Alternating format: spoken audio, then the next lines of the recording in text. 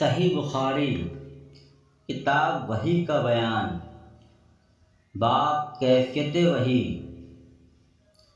ام المومنین عائشہ صدیقہ رضی اللہ عنہا نے فرمایا کہ ایک شخص حارث بن حشام نامی نے نبی کریم صلی اللہ علیہ وسلم سے سوال کیا تھا کہ یا رسول اللہ صلی اللہ علیہ وسلم، آپ پر وحی کیسے نازل ہوتی ہے؟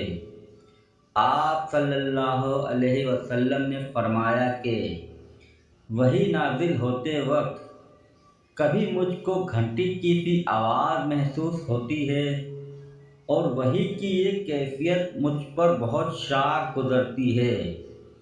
جب یہ کیفیت ختم ہوتی ہے تو میرے دل اور دماغ پر اس کے ذریعے نازل شدہ وحی محفوظ ہو جاتی ہے، اور کسی وقت ایسا ہوتا ہے کہ فرشتہ بشکل انسان میرے پاس آتا ہے اور مجھ سے کلام کرتا ہے، پس میں اس کا کہا ہوا یاد رکھ لیتا ہوں۔